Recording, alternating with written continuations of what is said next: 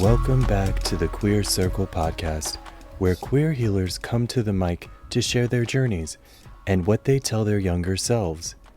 Today's guest is Pakalana Lokahi Li-Sun, an Asian Hawaiian asexual andro-romantic Mahu Wahine and trans non-binary queer femme therapist in Seattle, Washington.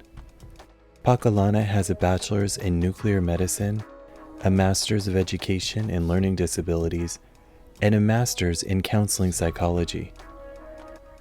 Welcome to the Queer Circle, Pakalana.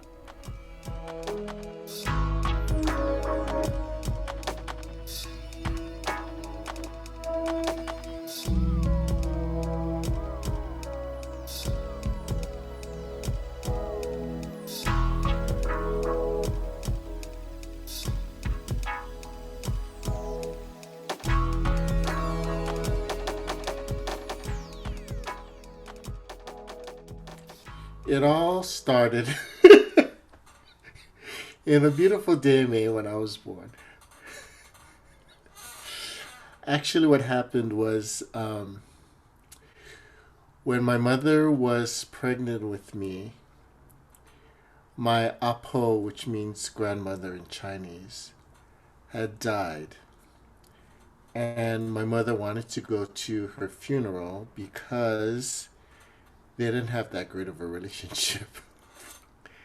And everybody in the family, especially my aunts who are very Chinese Buddhist superstitious, said that you can't go to a funeral because you're pregnant and this will seriously impact your child. And if you go to the funeral, your child will grow up to be a very anxious person. And my mother, who's not Chinese and who's Catholic, didn't believe any of that. And she went to the funeral. And then when I was born, there was lots of things. I was a very anxious person. I was a very frightened person. I was a spirit child when I was born. Like, I would see and hear things that other people didn't see and hear, which people thought I was like weird. Seeing spirits and spirits like being in front of me and talking to me scared the shit out of me. So they don't do that anymore. But I hear things in my brain that's not coming from me. So the spirits talk to me, but they don't appear in front of me because they know that will scare me because I'm like a scaredy pants. So that's how it came into the world. I always knew I was different, and growing up, I knew I was different. Growing up in Hawaii is an interesting place because it's a melting pot. So at a very, very young age, you know cultural differences. So when you go out and play with a friend, you know what their ethnicity is, even though they don't tell you. When you're eating foods, you just know this is Chinese, this is Japanese, you know all of that stuff. So that was part of my growing up. And then when I moved to the continental United States, that was horrible. That's when I first experienced racism, and when I went to the nearest Safeway, they didn't sell any Asian foods like they do in Hawaii.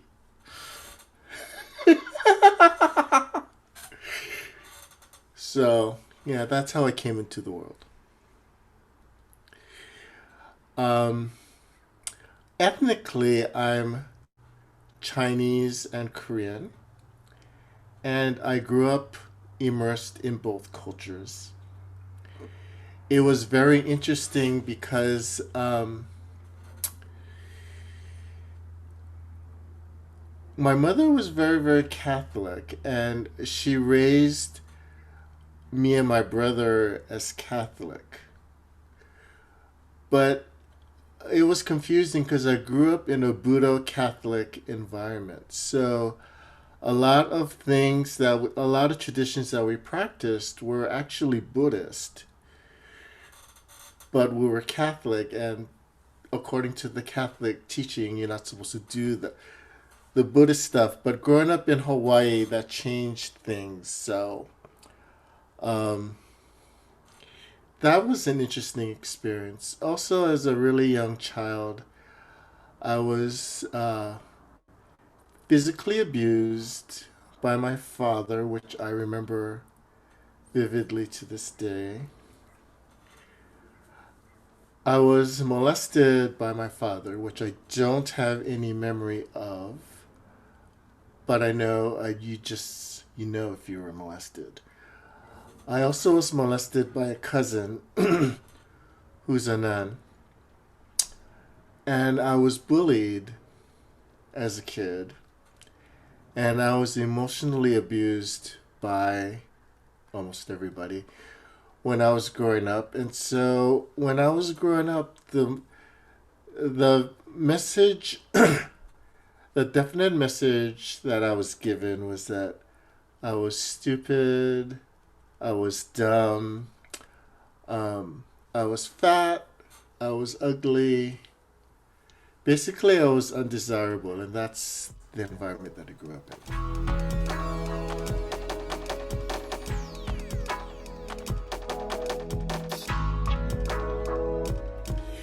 My early realization of myself, I always knew I was different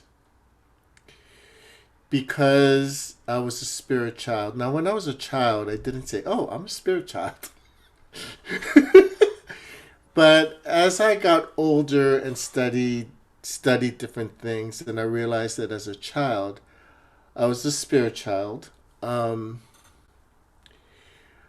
I would see things. I remember when I was 7, my grandfather died. This is a 7-year-old kid who knows nothing about death. But my grandfather died, and we had to go to the funeral, um, and all of that stuff. And then a couple of years later, I remember having a dream about my grandfather coming to me and saying in Korean, "You are a good child." And the Korean word for that is sumara. And um, when I was growing up, nobody ever told me that. They told that to my brother. I thought that was my brother's Korean name because everybody said it so often. Um, but that was an interesting dream. So I always knew that I was different. I always knew that I was queer. Um, what that actually means to me seriously evolved and changed as I got older. Um, I knew I liked feminine stuff more than boy stuff.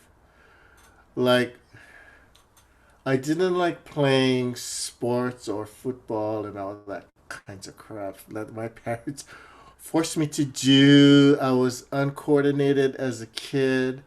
I just didn't enjoy it. I liked playing with my friend next door who was a girl.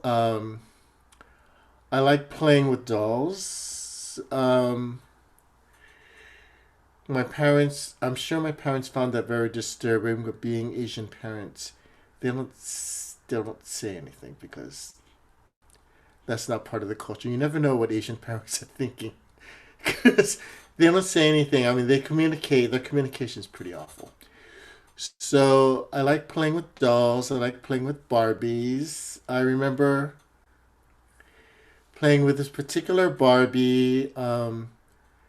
That when you bent your knees, you could hear like knuckles cracking. So I liked playing with Barbies, but I knew I wasn't a girl. Um, and I had no desire to be a girl, but I just knew that I wasn't entirely a boy. And I didn't know what that means, but because of that, it caused a lot of bullying. And so my early realization of myself was that I was very different. I was toying with the idea about my gender. I was toying with my idea about sexual orientation. So now, when I grew up in Hawaii, I was born in the Hawaiian Nation before Hawaii became a state. So Hawaii became a state a year after I was born. Um, and so when I was growing up,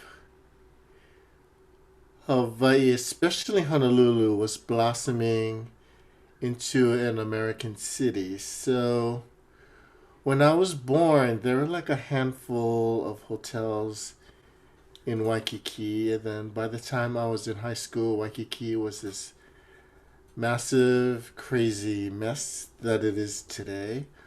Um, and so there are a lot of things that was different for me.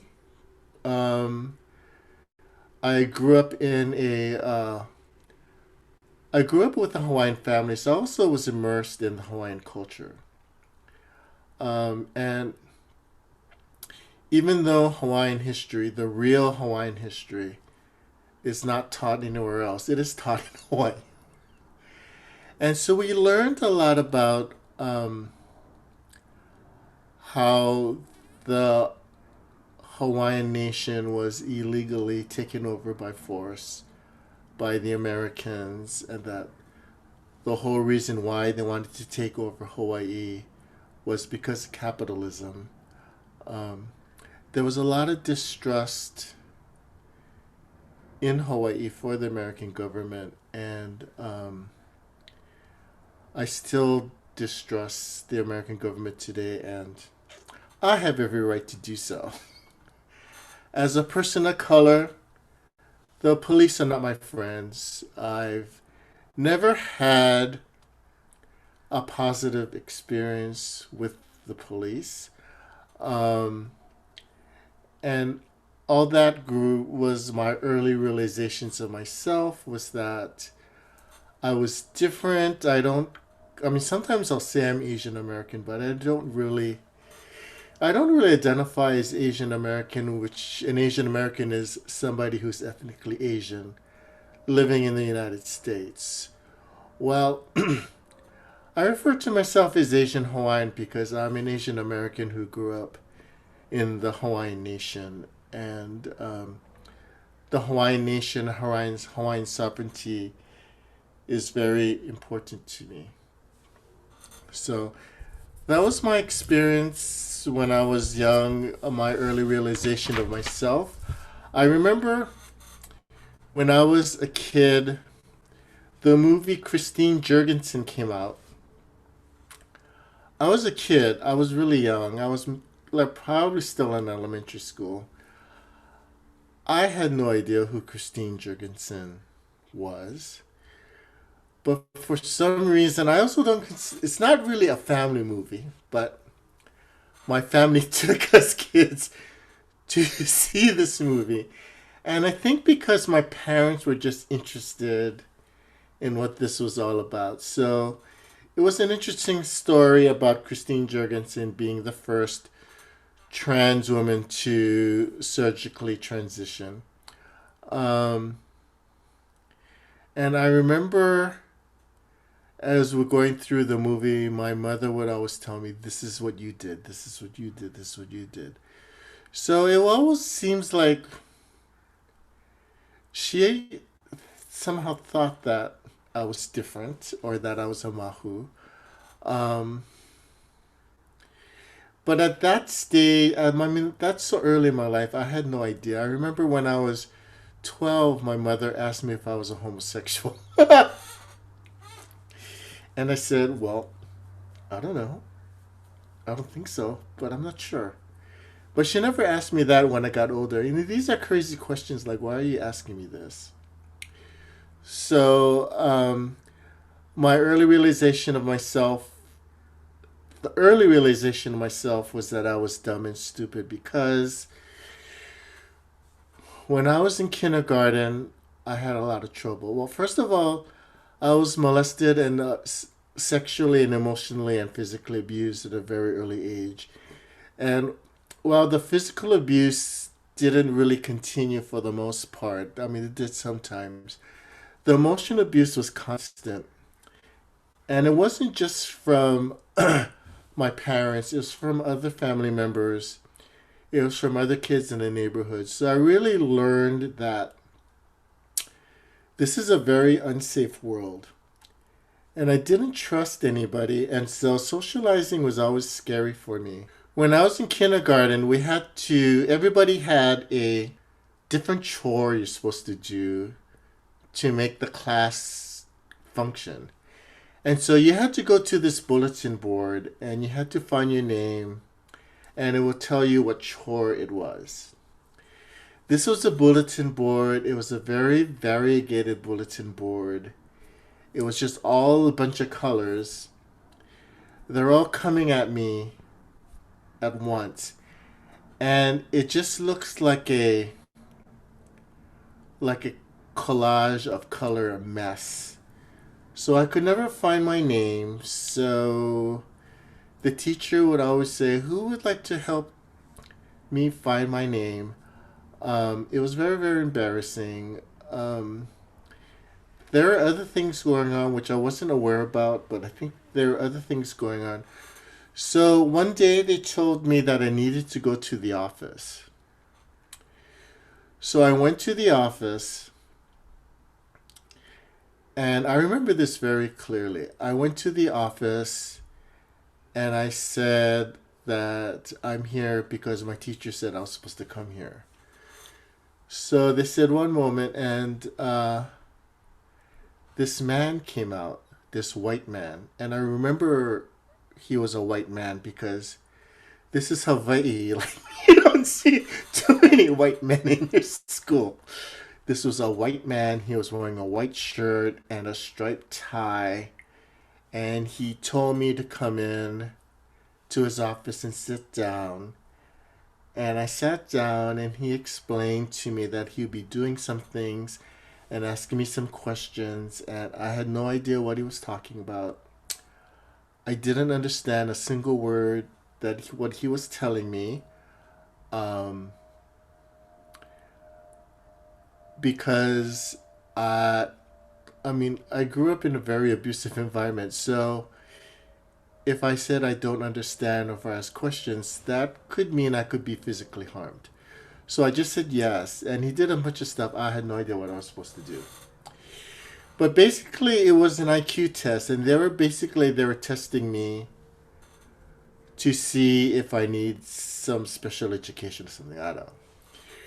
But um, after that, I went back to the classroom, and then I didn't find this out at the time, but I did find this out several years later that I was diagnosed, which was then called mental retardation, which is now called an intellectual disability, um, and that I needed to go to a special school. And so there is a special school for children with intellectual disabilities in Honolulu in Diamond Head. And so they said you should go to the Diamond Head school. But my parents refused. And as I continued to get older, I was having more and more trouble with school. Um, and so I remember clearly my parents giving me, because I was having trouble in math, and my parents were giving me this math problem, and it was subtraction, but it was very large numbers. And I remember coming up with the wrong answer. And I clearly remember both parents looking at each other and said, "We should have sent him to Diamond Head." And instantly I knew what that was. So that's why I grew up with everybody telling me I was dumb and I was stupid. Um, it wasn't until I was a lot older that I realized that I was neurodivergent. I remember when I was in graduate school, the reason why I got a master's degree in learning disabilities is because I knew I had a learning disabilities by that point. Um, and everybody referred to it as the LD program. Oh, are you in the LD program? Um, and so when I was in graduate school, I recoined LD to mean learning differently because I don't have a learning, like I can't learn. Of course I can learn. I just do it differently. Um, and so that's the kinds of things in my early realization of myself was I was dumb, I was stupid, I was undesirable. And it wasn't until I got a lot older when I was in graduate school and I had my IQ tested that I was actually intelligent. I have above average intelligence. And if I truly had an intellectual disability, I wouldn't have gotten through high school. And I certainly would not have gotten through a curriculum in nuclear medicine because that was an interesting degree because your first 2 years was biology, chemistry, physics, and math. And then the last 2 years was biology, nuclear chemistry, nuclear physics. It didn't change it very much. Um, but when I got into the field, I didn't find it very exciting.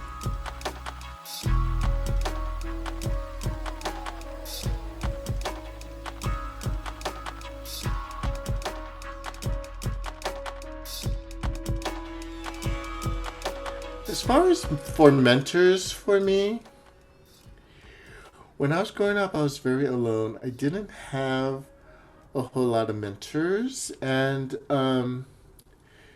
this is a question a lot of my therapists have asked me through my life.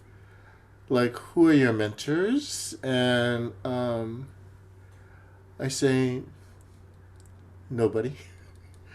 And they would always say, you must have some mentors. Like, didn't you read comic books that somebody you really enjoyed? So, well, I have a learning disability. I have attention deficit. Um, I'm neurodivergent. Reading is not my idea of fun. I read because I had to be in school. And once I finished school, I really stopped reading. So I didn't have any mentors. Plus, I grew up in the kingdom of Hawaii, and ethnically, I'm East Asian, and I grew up in the East Asian Hawaiian culture. All this stuff, the comic books, all the books that were available, all the stuff we saw on TV didn't interest me because they didn't look anything like me. And they weren't interested in the same things I were interested in. They didn't eat the same things I ate, like where's your spam musubi?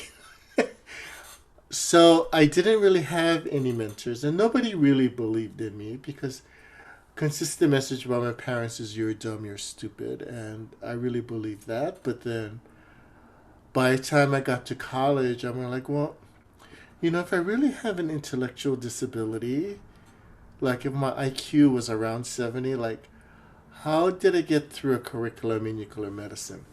So I started to have my doubts, but I didn't really have any mentors until I was in graduate school when my advisor, who was a school psychologist, really believed in me and really helped me and said that you have a learning disability. You're not mentally retarded. Um, and that was very helpful. But Um, she really helped me, and that was pretty much my mentor, my hero.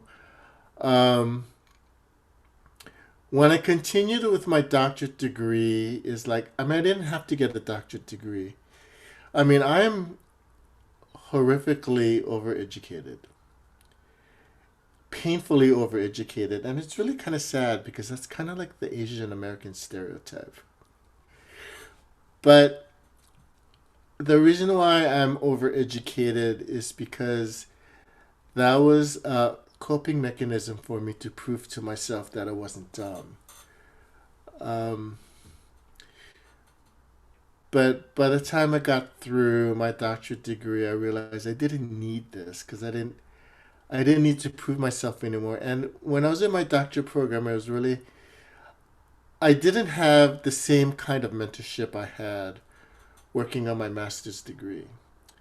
And my dissertation committee was dumb. So I just decided to quit because my dissertation, I wanted to study racism as it exists in psychotherapy, and all these white men told me that racism psychotherapy doesn't exist. So I'm like, well, okay then. Well then, why should I study it? But I know it exists because I experienced racism in psychotherapy, and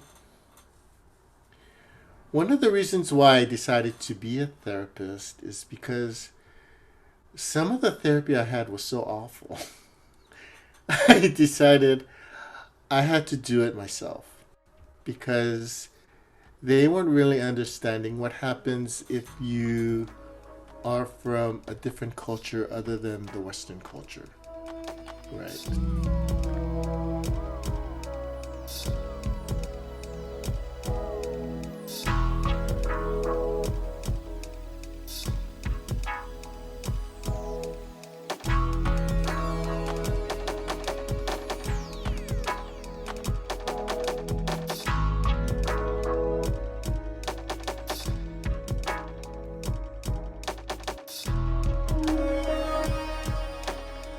So some of the dark times that I experienced in my life was the physical, emotional, and sexual abuse growing up, the constant bullying. The bullying was by my parents, my brother, family members, cousins, neighborhood kids, school kids, teachers, everybody was bullying me about something.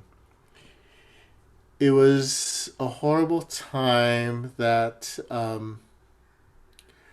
by the time I was 10, I was having thoughts of suicide.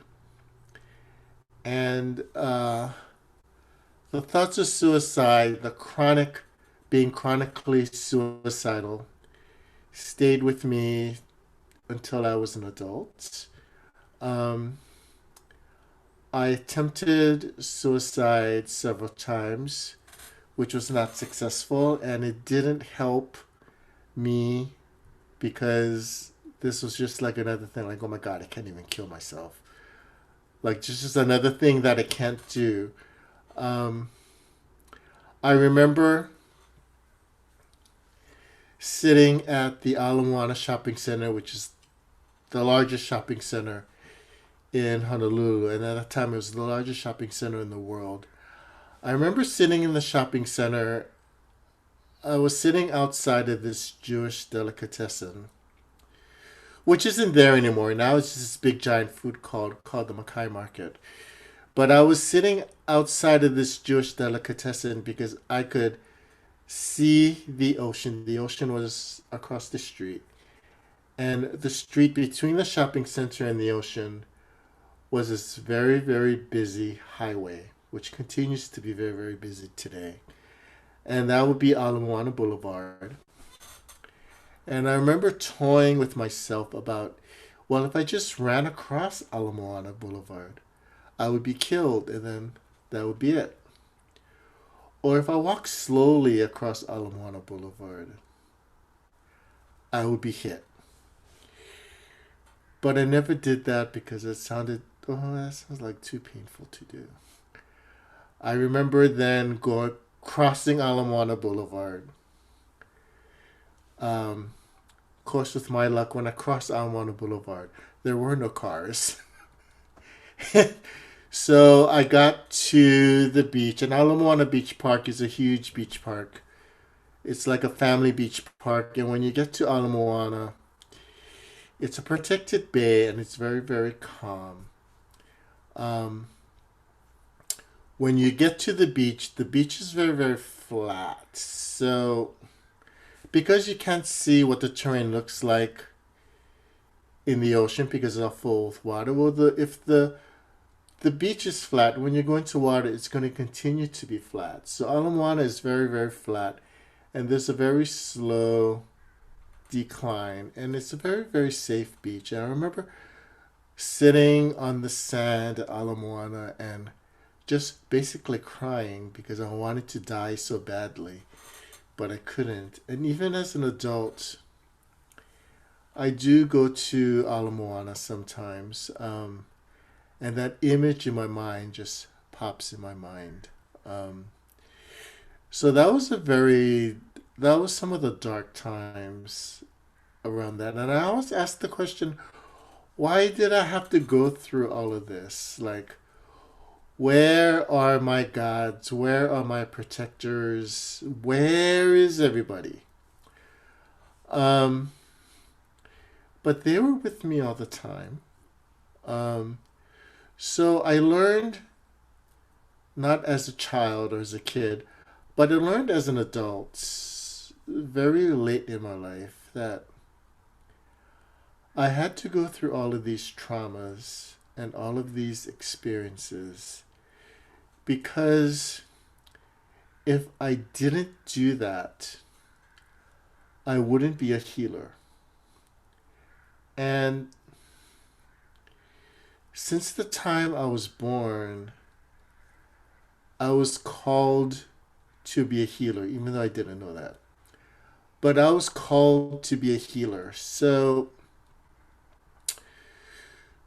studying nuclear medicine in college was because that was a form of healing. It's not something I wanted to do.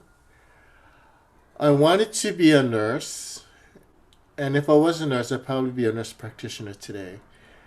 But I wanted to be a nurse, and my parents wouldn't let me major in nursing because they felt if I majored in nursing, then I would be, that would just confirm that I was gay. But I would tell them, it doesn't matter what I study, what I major in, I'm still going to be gay.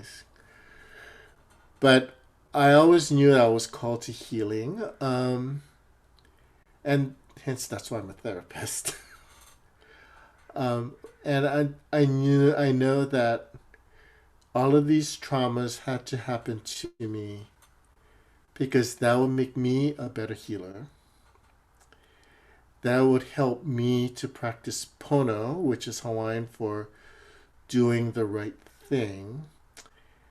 And that would help me to practice ho'okuleana, which is Hawaiian for taking responsibility, helping people to take responsibility for what they're given. And these traumas happen to me because I need to take the responsibility that through that I learned a lot of things and that I can be helpful and healing to my clients. So when I work with clients around transitioning or gender identity, when I work with clients around anxiety, when I work with clients around post-traumatic stress disorder, when I work with clients around suicidality, I'm not talking about something I read in a book. I'm not talking about something I learned in some stupid, obscure psychology class. I'm not talking about something that some white psychologist did a quantitative study on. I'm talking about real life experiences. Like, I went through all of this. I know what it's like. And I wasn't able to commit suicide because I am diametrically opposed to pain of any kind. and I am mostly opposed to pain on me. So the same reason why I don't get gender affirming surgery is because I don't want to go through any pain. And so, but that's what kept me alive.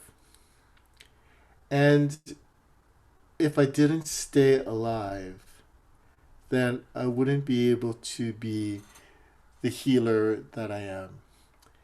And it took me a really long time to figure that out and to learn that. Um, but that's what I've learned, and it's really helpful. I'm a very spiritual person. Some people think my spirituality is really out there because I have crystals. Um, Crystals really help me. When I'm doing therapy, I have a therapy altar that has crystals. It has uh, icons of the Hawaiian culture. It has a candle.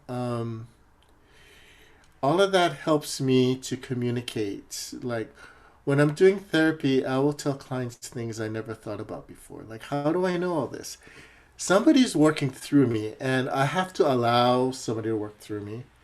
So I don't question it. I just say, work your magic. But I always, I wear a crystal labradorite, which allows you to be in closer contact with your spiritual being. And I also have a labradorite crystal that I hold and play with because I need something because I have ADD, I'm fidgety. Um, all of those things help me in the healing process. Um, and my spirituality is important to me, and I practice it. It's a combination of Christianity, a very small amount of Christianity, um, Buddhism, but it's not Buddhism like the Buddhism people study in the universities.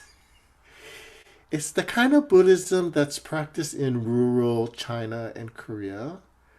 It's a combination of Buddhism mixed with Spiritism and Anism. Um, so we do ancestral worship. I always do ancestral worship. That really helps me. I As I was an adult, I became aware that I was an empath and I was psychic, in that I hear things and I feel things. I Lots of times I fight it, like because I didn't really admit that, because that also meant like I was competent at something. And so like that couldn't happen, right? So, um, but it always helps me. And when I do therapy, I do ask clients if they have any spiritual religious practices because that's an important thing to know in therapy. Um, but I don't usually share my spirituality unless the client is open to it. And when they are open to it, they feel really, really relieved because, like, I can't talk to any other therapist about this because they think I'm hearing voices. Well, there's a difference between hearing voices and being in contact with the spirit.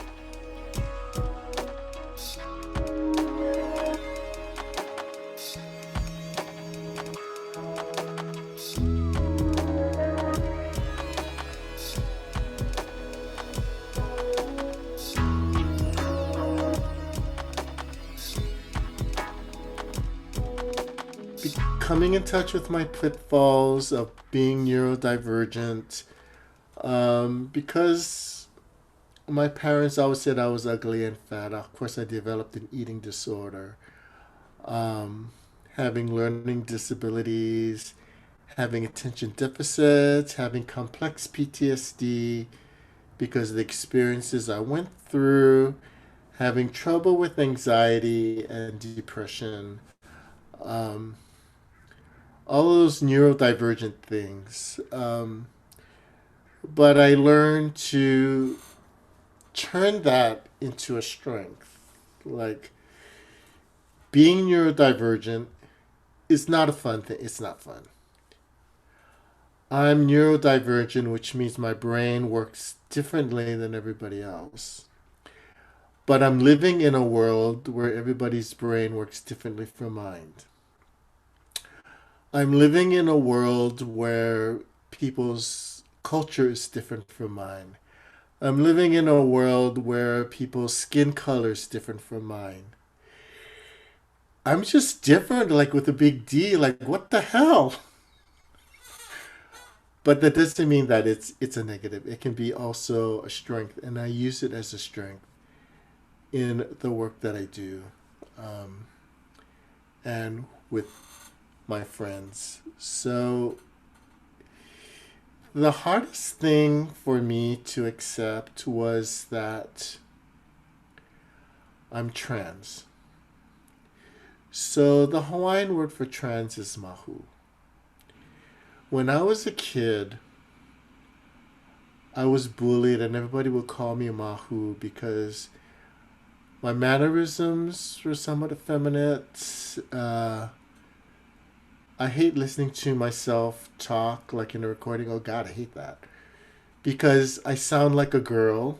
Um, Lots of internalized transphobia because I was bullied that way. I remember one time coming home from a leather event and my friend told me, you know, you should just transition. And I verbally laid into her mercilessly because that's not, what are you doing? You are triggering my trauma. How dare you do that? Um, and it took a really long time for me to take the word Mahu, which was a painful negative thing for me, and turn it to something of empowerment. A lot like the pink triangle. So um, it took a really long time. And so I didn't transition until I was in my late 50s. And I have attention deficit, and so I'm impulsive. And so the only reason why I transitioned is because my spirit guides, my gods, my spirit band, they were very patient with me. They were trying to tell me, you need to move this way, you need to move this way. And I wasn't moving, so they took matters into their own hands and they said, okay, we're just going to do it. So I woke up one morning and said, I'm going to start hormone therapy and I'm going to transition. And that's how I transitioned. And it was really, really hard. Um, I'm very proud to be Mahu Wahine. Mahu in the Hawaiian culture means something more than just being a different gender. Mahus in the Hawaiian culture held a high place in society. They took care of the children while everybody else had to go out and work to get food. Um, Mahus were very spiritual, and every Mahu that I know, and I know quite a few Mahus, so Mahu meaning somebody who's trans who grew up in Hawaii. So those people, and there aren't a whole lot of us here in Seattle. So all of these people, they're all spiritual and they all have spiritual powers. And it just comes with being Mahu. There's something about it that's very spiritual. And so that's a strong meaning for me. Um, and so I continue to do the work I do today. It's like, yeah, I went through hell. It still bothers me today. Um, but it's not a negative thing. Um, I use it as a source of strength. I do have complex PTSD and I still get flashbacks. And that can depress me a lot and make me really, really sad. But then I do things to pull myself out of it, like Kanakapila is a very important thing in the Hawaiian culture. Kanakapila means to make music, and I love to sing, and so I sing. I sing all kinds of different things, but the things that's the most meaningful to me is when I'm singing in Hawaiian, and that makes me happy. So when I was growing up, I knew I was gay in the sense that I was attracted to men. Um, when so this is Hawaii, where there are no laws. That's why my parents were so abusive to me. There was no CPS. There were no laws. I mean, I was 10, like I would buy cigarettes. Um, so when I was 16, I would go to, I guess today you'll call them bathhouses, but then they're movie houses. And I would have sex all the time. I was a severe sex addict because I was sexually abused and molested. I've had trouble with sexual boundaries. I did all of that, and then I went on HRT, and then estrogen makes your libido stop. So that cured me of my sex drive, but it also helped me to understand my sexual orientation. Like, as an adult, like when I went to bathhouses in Seattle, if I went to bathhouses in San Francisco, as soon as I get in there, I would have a panic attack and my heart would be beating really, really fast and I would be shaking. And I never knew what that was about because I repressed my sexual abuse for the longest time. And I realized that I was experiencing that because I'm having this emotional flashback about sex. So it wasn't until my late adulthood that my sexual orientation is I'm asexual because sex scares me. But I'm andro-romantic, so I'm romantically attracted to men. But I'm not sexually attracted to men. And men being men, that's a hard thing to tell somebody. Like, I'm not sexually attracted to you, I don't want sex. I just want to cuddle with you and hold your hand. So, but it doesn't mean I don't have sex. It's just that I don't enjoy it. So that took a long time. I didn't come to terms with my PTSD and still I started hormones. I was very emotionally shut down when I was in my 20s. I would be in therapy. My therapist would say, "So, how are you feeling today?" Or they would say, "What are you feeling?" I said, "Nothing." "Why? What are you feeling?" So I was shut down. My therapist would say, "You display a lot of symptoms like you're sexually abused." I said, "No, I don't think so." But then when I went on estrogen and my T started to fall, then everything came back to me and I wasn't prepared for it because nobody told me about it. So I don't want to scare anybody. I think being on HRT is a wonderful, wonderful thing and it's done wonderful things for me. But my own experience was that when I started hormone therapy, I started to get more flashbacks and the trauma came back to me. At that time, it was not pleasant and it wasn't fun. But also, today I realized I had to do that because I had to know what was going on because this would also help me as a healer in addition to my own healing. So, um, but being on hormone therapy is another experience. Is that a lot of doctors say they know how to prescribe hormones, but the reality is they don't. So,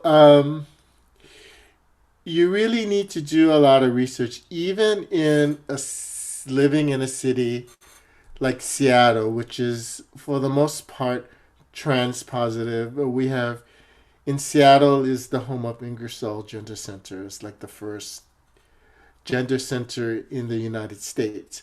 Even though all of those resources are available to people in Seattle, there are a lot of trans resources. If you live outside of Seattle, that's a different story. But in Seattle, there are a lot of trans resources.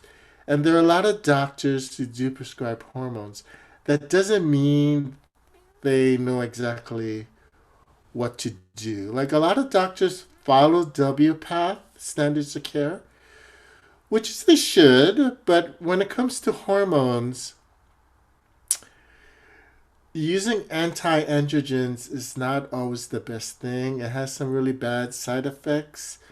Um, some doctors don't know that you don't need an anti-androgen if you just were to use estrogen. When you get your estrogen high enough in your bloodstream, it will reduce and suppress your testosterone.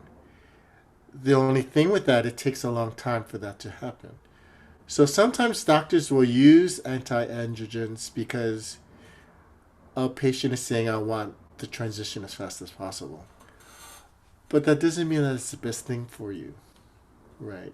And so I had to go through several doctors to find a doctor that I want. And then taking estrogen pills is like a waste of time. Don't even bother.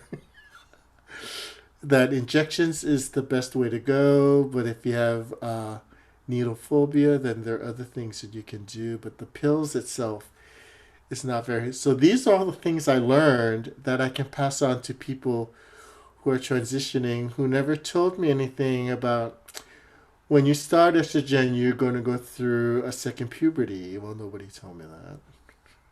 So, um, but even when I transitioned as I always knew I was non binary, but I transitioned to be more femme. And I started being more femme because I like being femme things. And I like long hair. I like dyeing my hair. I love wearing makeup. I like wearing dresses. I like wearing long flowing dresses that blows in the wind. I love all of that. But there are certain masculine things that I like. I like working out. I have very masculine tattoos. I like facial hair. So to me, I'm truly non-binary, but I'm non-binary femme. So I look femme, except for the facial hair, which the facial hair is fake because I'm on estrogen, so I can't grow facial hair. And I never could grow facial hair because I think that I was a genetic gender anomaly as a kid. Like I was never truly male. Because there are a lot of male things that never happened to me. But I learned that I could draw in my facial hair using makeup. And then when I do it, I like that look. And other people like that look, and they said, "I never knew you had facial hair." I said, well, "Yeah, I've always had facial hair." But they tell me that it looks good. Um, but part of the fun of being non-binary is that people look at me and they go like, "What the fuck? Are you male? Are you female?" I said, "Yes, I am. Thank you so much for asking." So that's the fun part. It's like when I play with tourists in Hawaii.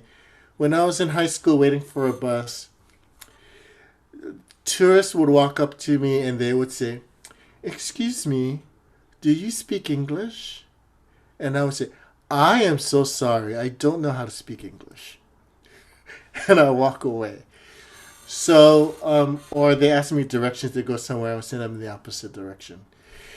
Because we in Hawaii have this great love for tourists because they're really irritating. And growing up in a resort town, like for everybody else in the world, Hawaii is a big vacation town. But for some people, they live there and it's not a vacation town. And I couldn't wait to get off that rock when I was 18. But now I enjoy going back to Hawaii when I can because I can rejuvenate my spirituality.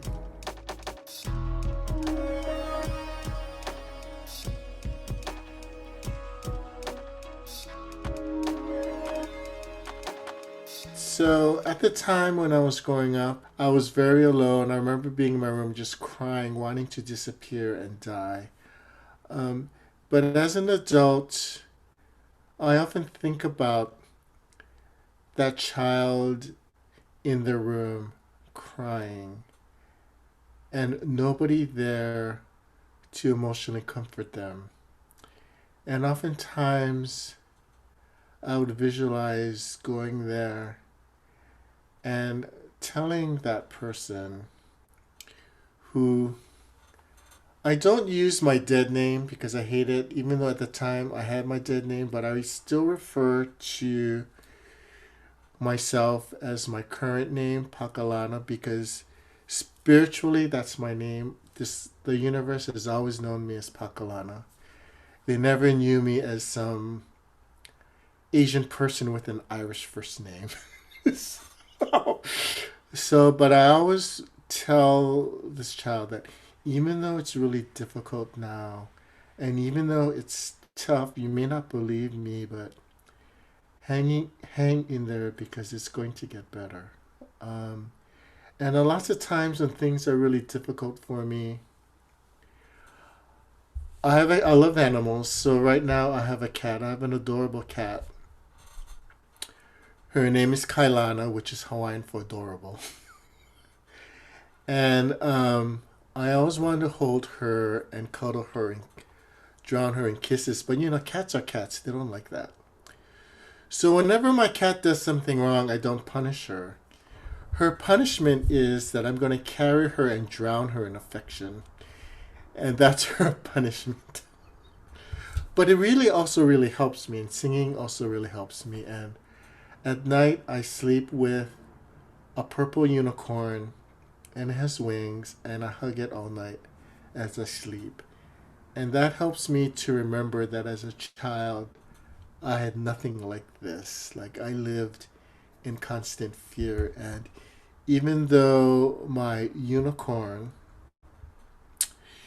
is a stuffed animal right now, when I return to the spirit world, the unicorn will be there waiting for me. And I tell my friends this, that in the physical world, they're a plush. But when I return to the spirit world, they will be there in spirit for me. And all my animals will be there. And I will be flying around heaven on my unicorn. And if I see you, I'll pick you up. But that's an important thing is that it's something I wish I had as a kid of somebody telling me it's going to be okay. And it sounds very cliche because everybody says that. But as I look at my experience as an adult, I can go back to my child and say, I know this is hell, this is horrible, but hang in there because it's going to get better. And you're going to turn all of these weaknesses that you see, you're going to turn them into a strength. And you will be a very, very strong person. When I was a kid, I had a horrible time. I thought The Wizard of Oz was a factual documentary. And so, when I was a kid, I said, all I have to do is click my heels. And I'll see the wizard. I can ask the wizard, why is this happening to me? And then in the end, I will wake up realizing I had this horrible dream and that a very loving family would be around me trying to see if I was okay. And as I clicked my heels, nothing happened.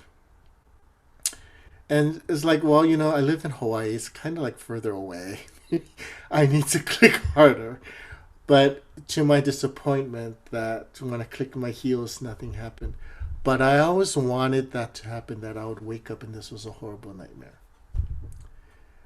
But it didn't happen. But I always tell my younger self that things are going to get better, because now as an adult, since I transitioned, things are a lot better. Even though sometimes things can seem a little dark, it doesn't take much for me to switch over to the dark side, but I'm always able to come back to the other side.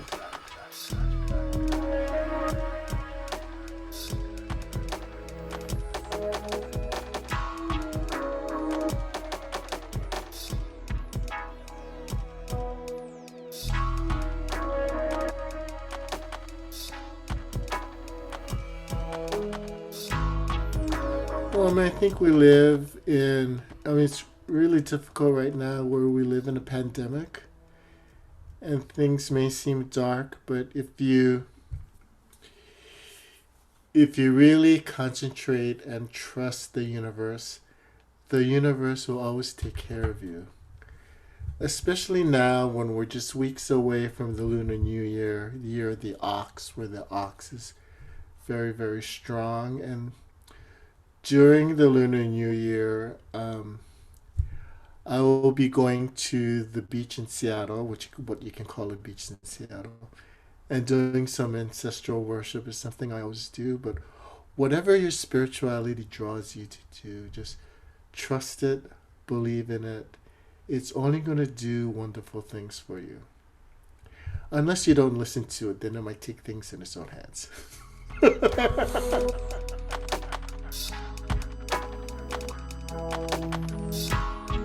Thank you, Pakalana, for joining us today, and thank you, listener, for coming into the Queer Circle with us. To learn more about Pakalana's work and to get in contact with them,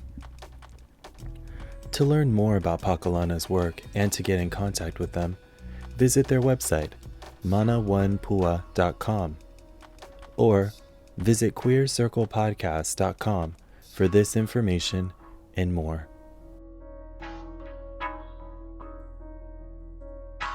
Music from today's episode provided by Purple Fluoride. Purple Fluoride's music can be found anywhere music is streamed.